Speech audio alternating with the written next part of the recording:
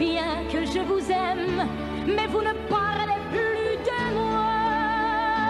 Oh, noble dame, gentil seigneur,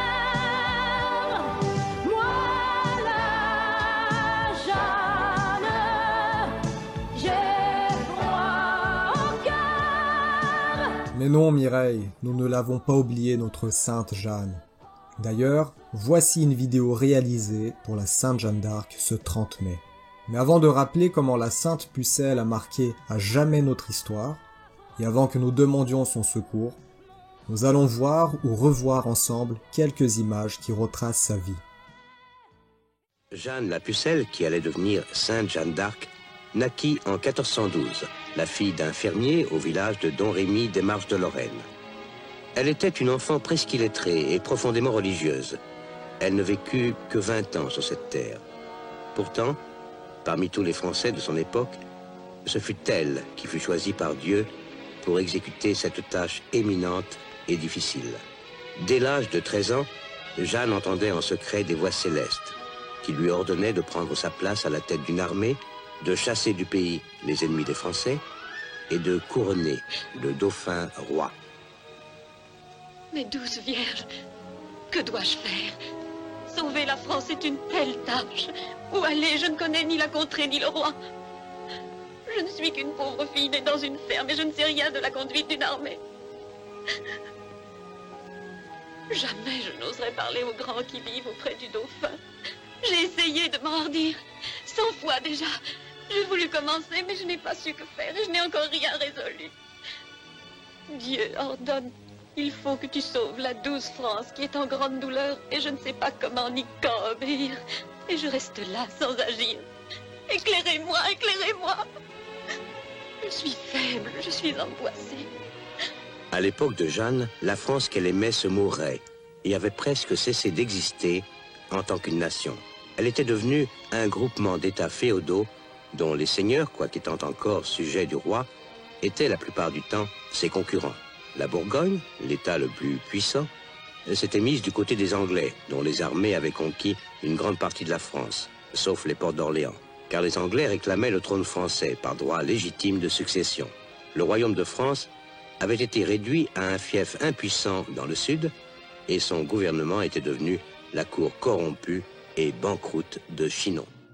Quand nous entendons parler de Jeanne dans la vie quotidienne, quand nous entendons le monde en somme, nous avons une image de Jeanne tout droit sortie du mauvais film de Luc Besson, avec une femme qui touche l'hystérie, nous pourrions même dire folle, sans aucun charisme. Pourtant, la vraie Jeanne, celle qui a sauvé la France, est très loin de cette image. Alors penchons-nous quelques instants sur ces voix. De quelle voix parle-t-on ? Et ces voix ne sont pas là simplement pour, quand on lit, et c'est là où on diverge complètement avec les travaux universitaires, on parle des voix. Les voix, non, ce ne sont pas que des voix.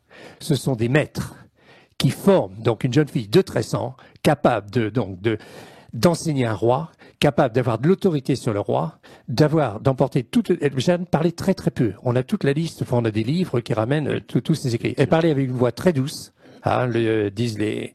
On lit ça dans certains textes. Et quand elle parlait, plus personne ne disait rien.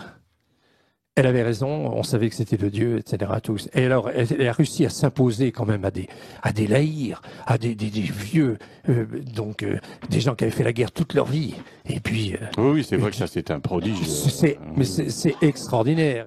Et donc, bien comprendre que Sainte Jeanne d'Arc va avoir des apparitions de saintes, Sainte Catherine, entre autres, Sainte Marguerite, et elle va avoir, et c'est ça qui est très dur à comprendre dans notre époque d'apostasie et d'athéisme et du New Age, oui, des liens privilégiés avec l'au-delà, qui l'éduquent, qui la forment, et elle va donc rencontrer le capitaine Baudricourt, je prononce peut-être mal son nom, où elle demande d'avoir une garde pour pouvoir rejoindre le dauphin pour le début. Bon, c'est quoi en gros, c'est quoi cette folle? Bon. Oui, dans un pays dangereux d'ailleurs, et elle dit mais allons-y, tout va bien se passer parce que Dieu nous aide. Voilà, et ce qui est extraordinaire, c'est qu'à la fin, cet homme, ce militaire... C'est une entraiseuse d'hommes. Mais oui, mais elle avait quelque chose, vous savez, ces êtres hors normes, il y a ça fait vaciller certaines âmes, beaucoup d'âmes, et Saint John a donc à la fin réussi à convaincre ce militaire qui, lui, avec ses gardes,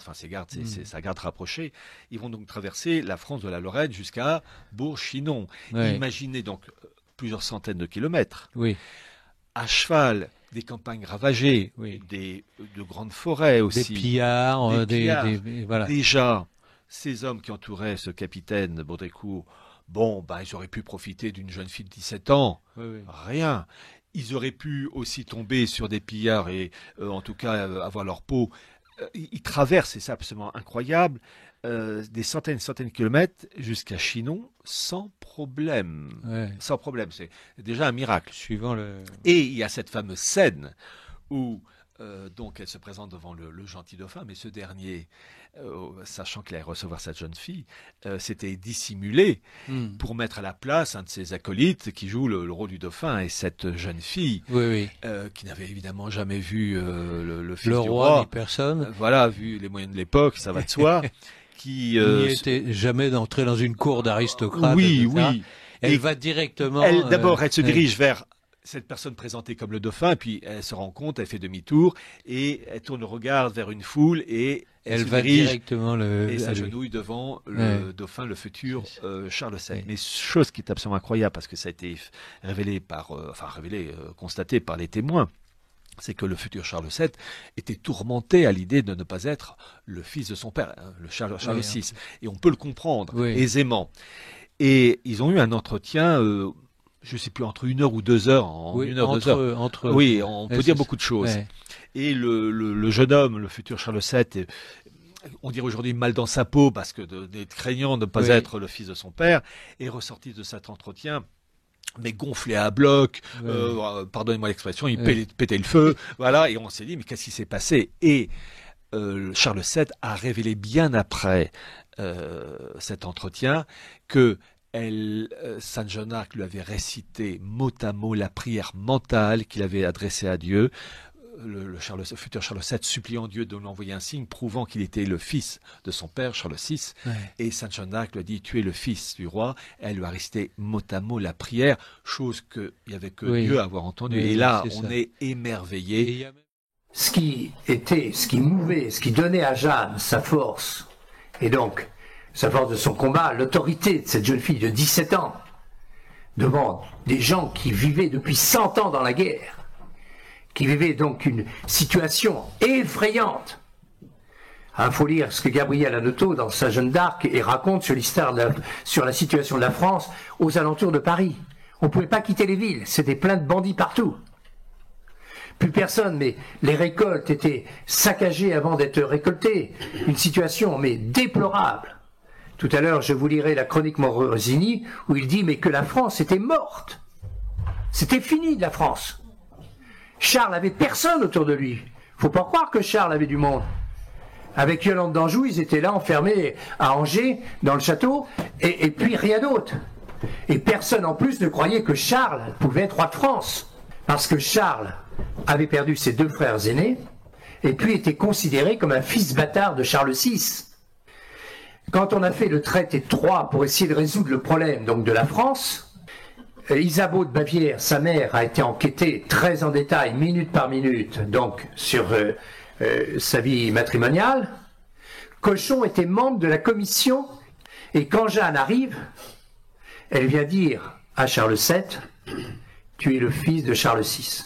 Elle lui donne la preuve qu'elle vient de Dieu, en disant, le 2 novembre précédent, elle le voit le 9 mars à Chinon, 1429, le 2 novembre 1428, tu as fait 7 prières à Dieu en disant que la situation étant tellement déplorable, tu te sacrifiais en te proposant d'aller fuir en Écosse, fuir au Dauphiné, mais d'abandonner, etc. et tout. Je viens te donner la réponse de Dieu, tu es le fils de ton père, Et donc tu as droit au sacre, tu as droit au royaume. Bien. Et donc, tout de suite, c'est dans la chronique Morosini, hein, tout de suite, Charles, qui l'avait pris pour une folle, 10 minutes avant, quand il lui a dit « Je viens de la part du ciel hein, pour sauver Paris, pour te faire sacrer à Reims, etc. » Il l'a pris pour une folle. La chronique le dit très bien. Et le père Hérold dit « C'est la meilleure chronique que nous ayons de l'époque. » Donc c'est une chronique de référence. Bien. Et alors, un quart d'heure après, il était complètement transformé. À ce moment-là, il s'est dit, il a jamais douté de Jeanne, et le père Hérold explique une chose peu connue, que Charles a tout fait au moment où elle était prisonnière pour essayer de la libérer. Mais il faut rentrer dans un tas de détails passionnants d'ailleurs, hein, mais bon, pour savoir comment ça n'a pas pu passer, parce que c'était la volonté de Dieu qu'elle soit martyre. Et on ne peut pas comprendre Jeanne sans le martyr. C'est son martyr qui sauve la France. C'est son martyr qui en fait cette sainte extraordinaire. C'est son martyr qui lui permet d'être notre intercédeur, etc. Et le père Hérold, dans de multiples pages, et on va refaire une brochure à partir de cela, explique que la vie de Jeanne est similaire à la vie de notre Seigneur Jésus-Christ. Dans des quantités de détails, au moins une vingtaine, c'est exactement la vie de notre Seigneur. Bon, tout ça c'est peu connu pour vous dire qu'on a encore à apprendre énormément sur Jeanne. Quand elle arrive à Chinon le 7 mars, ou 8 mars, disent certains, elle demande 3 choses au roi. Et ces 3 choses sont essentielles. Elle ne peut pas les inventer, ce sont ses voix qui lui ont enseigné. Elle demande d'abord de pardonner à tous ses ennemis. Ça, c'est très catholique. Il n'y a que les catholiques qui pardonnent. Hein. Dans la société moderne, on le sait très bien. Hein. Bon. La deuxième chose, elle demande à Charles de recevoir tout le monde, de n'importe quelle classe sociale, parce que c'est la vengeance d'Azincourt. Azincourt, donc la noblesse a refusé donc l'appui qui existera à Orléans, a donc des bouchers, parce qu'un boucher avec un grand couteau fait autant de mal qu'un chevalier quand il est descendu, quand il est tombé de son cheval, il n'est plus rien. Bien, et donc recevoir tout le monde. Et Charles, et il demande une troisième chose, de donner le royaume de France au Christ. Charles accepte les 2 premières et ne dit rien pour la troisième. Il est évident que Jeanne a dû être très humiliée par cette demande qui est émanée directement du ciel, mais elle se rattrape au lendemain de Patay. Patay, c'est la plus grande victoire, c'est plus important que d'Orléans, puisque donc 2000 Anglais restent sur le terrain et 1 à 4 Français, dit-on, sont morts. À une époque, on combat l'un contre l'autre. Et au lendemain de Patay, elle retourne à Orléans, Charles est à Châteauneuf, avec l'épouvantable à Trimouille. Et il se retrouve, Jeanne le rejoint après, et il se retrouve à Saint-Benoît-sur-Loire. Et Jeanne, tout auréolée de sa victoire, dit à Charles, alors là c'est l'histoire de la triple donation, qui est tellement belle. À entrer dans le détail, voilà, rapporté par le père Coulet. Oui. Hein, vous citez le père Coulet, qui pour vous est celui qui a le mieux relaté cet événement. Puisque vous considérez, avec Thierry Martin, qu'il s'agit finalement du noyau dur, je dirais, de la mission de Jeanne d'Arc. C'est l'apothéose, c'est le point culminant, comme dit le père Hérold, hein. Et ce n'est pas assez médité, ce n'est pas assez connu. Hein. Et là, nous avons fait beaucoup de remarques dans les détails hein, que nous avons présentés avec mon épouse. On a fait cette petite brochure déjà il y a un certain temps, et j'en avais parlé le 26 janvier 2000, à l'aube du siècle, avec notre ami Serge de Beketch. Et il m'avait dit, Rémi, donc parlez-nous de cette histoire. J'avais parlé des Amis du Christ au roi de France. Et j'avais été surpris, j'avais reçu à peu près 150 lettres après l'émission. Oui. Guy, qui est un ami d'enfance, me dit « Oh Louis-Hubert, tu sais, quand t'as 30 lettres, 40 lettres, 50 lettres, c'est un maximum. » J'en ai reçu 150. Malheureusement, je n'avais pas de secrétariat, j'avais aucune possibilité de poursuivre l'affaire. Mais j'avais exprimé sur l'antenne la réponse au non NON de la Révolution. Et la réponse au non NON de la Révolution, c'est le non NOM du Christ roi de France. Bon. Et alors, Jeanne, donc, auréolée de sa victoire, demande à Charles, « Sire, me promettez-vous de me donner ce que je vous demande ?» Ce que je vous demanderai, pardon. Le roi hésite quand même. Bon, c'est une affaire, elle a 17 ans. Charles doit avoir quelque chose comme 26 ans à peu près, il est tout jeune. Hein. Il est bien sûr complètement retourné, puisqu'il faut quand même savoir que 6 mois avant, oui, il parlait éventuellement, il n'était plus rien, etc. Et il lui dit, le roi consent donc à cette demande. Et Jeanne lui dit, « Sire, donnez-moi votre royaume. » C'est quelque chose d'extraordinaire. Le roi stupéfait, Ah, bon, le père Coubet donc donne tous les détails. Le roi stupéfait hésite de nouveau. J'ai lu, bien sûr, aux archives secrètes du Vatican, donc le document original qui raconte tout ça. Bien sûr. Bien. Le roi stupéfait hésite de nouveau, mais tenu par sa promesse et subjugué par l'ascendance surnaturelle de la jeune fille, tous les termes sont splendides. Jeanne lui répondit-il, je vous donne mon royaume. Et ça, c'est fabuleux. Jeanne est reine de France. Et son règne ne va pas être long. On ne dit jamais que Jeanne a été quelques minutes. Quelques minutes reine de France. Et elle va faire un seul acte pendant son règne. Mais cet acte nous marque à vie pour la France, pour le lien entre Dieu et la France, et même pour le monde entier, puisque, comme dit Monseigneur de Lassus, il veut régner sur la France et par la France sur le monde. Bien. Cela ne suffit pas. La puce, elle exige qu'un acte notarié en soit solennellement dressé et signé par les 4 secrétaires du roi. Bon, nous avons bien sûr cherché partout cet acte notarié, absolument. Mais parce que vous m'avez dit qu'aux archives de Paris, l'année. L'année, donc. Alors, on a aux archives de France, toutes les archives de l'histoire de France, sauf 2 années et cette année. Il faut le faire, oui. C'est pas innocent. Oui. Après quoi, voyant celui-ci tout interdit et embarrassé de ce qu'il avait fait, voici le plus pauvre chevalier de France, il n'a plus rien. Et c'est vrai, il n'est plus rien. Puis aussitôt, elle parle à ce moment-là en reine, très grave, et s'adressant au secrétaire, « Écrivez, dit-elle. Jeanne donne le royaume à Jésus-Christ. Et bientôt après, Jésus rend le royaume à Charles. »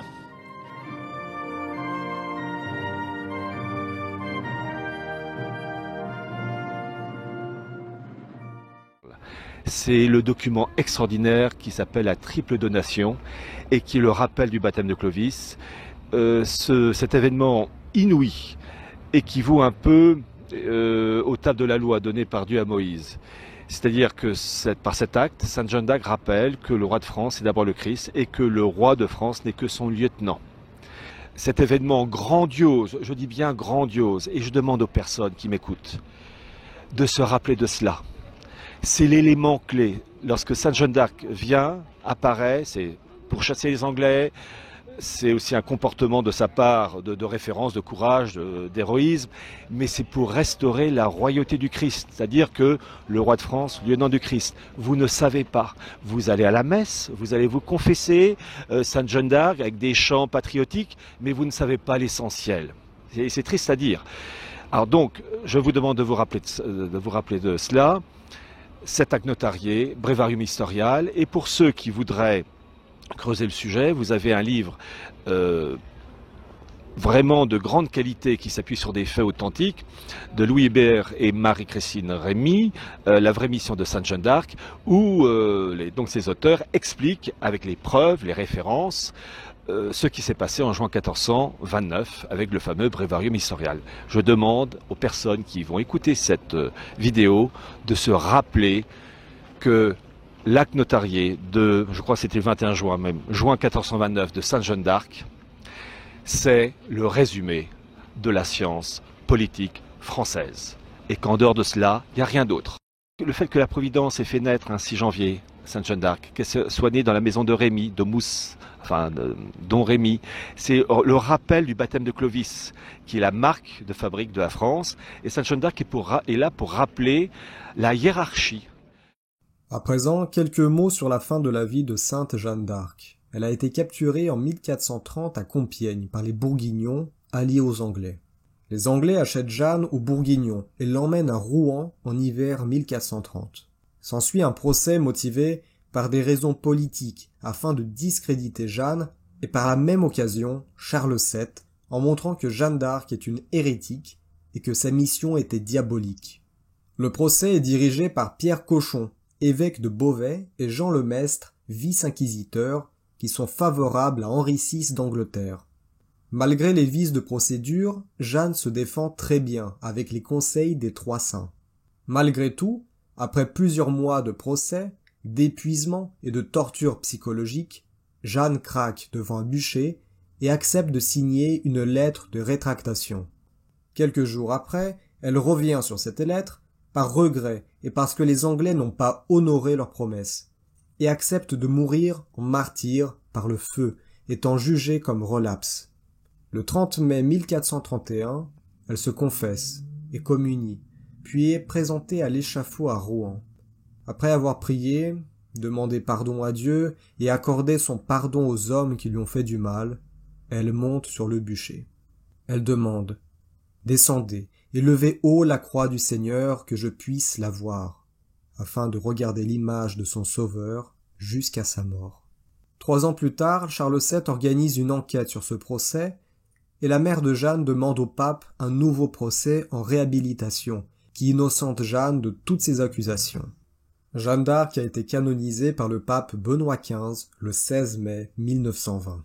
Pour terminer cette vidéo, nous aimerions vous lire un texte tiré d'un article de notre fondateur, Don Lafont, et publié dans le bulletin Les Chevaliers de Notre-Dame, numéro 10, du 3 mai 1954, et intitulé « Sainte Jeanne d'Arc et la chevalerie ». Je cite. « Il n'est pas d'exemple plus complet, de miroir plus fidèle de la chevalerie que l'âme et l'œuvre de Jeanne d'Arc.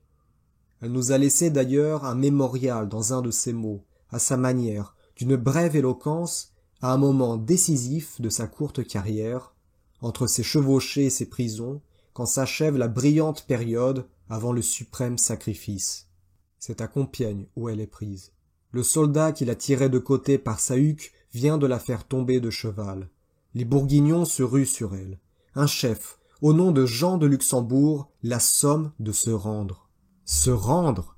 À Dieu elle a juré d'obéir sans parjure ni faiblesse. Orléans délivré, Falstaff en déroute, Suffolk prisonnier, Desforts déconfit, Henri d'Angleterre sans la couronne de France, le roi sacré à Reims, Philippe de Bourgogne arrêté net, pour toujours, là, sous Compiègne, et il reste à bouter l'ennemi dehors.